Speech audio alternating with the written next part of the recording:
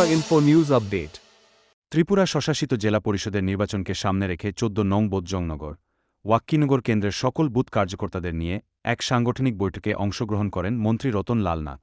আসন্ন নির্বাচনে ১৪ নং আসন থেকে ভারতীয় জনতা পার্টি মনোনীত প্রার্থীকে বিপুল ভোটে জয়ী করার দৃঢ় অঙ্গীকার গ্রহণ করা হয়।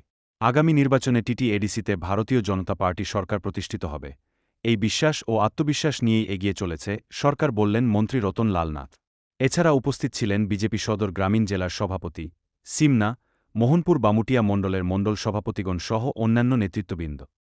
আমরা কিভাবে 500 ভোট পেতে পারি এই প্ল্যান করতে হবে। আজকে এই জন্য টাকা বুঝছো, শুধু এরকম বহু বড় বড় নেতা ভারতবর্ষে উন্নয়নমূলক কাজ করা হয়ে গেছে।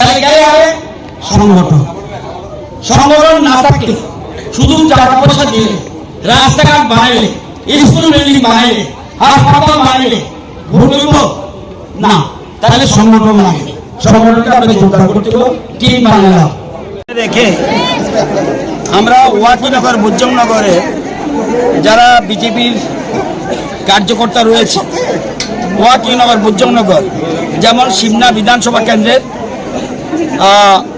3টা গাঁও সভা, মোহনপুর বিধানসভার 8টা গাঁও সভা, বামুটিয়া বিধানসভার 2টা গাঁও সভা এবং মান্দায় 5টা গাঁও সভা, এই এলাকার কর্মীদের নিয়ে, একনিষ্ঠ কর্মীদের নিয়ে একটা গেট টুগেদারের আয়োজন করেছি এবং এখানে আমাদের প্ল্যানিং হয়েছে কিভাবে আমরা সংগঠনকে শক্তিশালী করতে পারি যাতে আমাদের প্রার্থী জয়ী হতে পারে।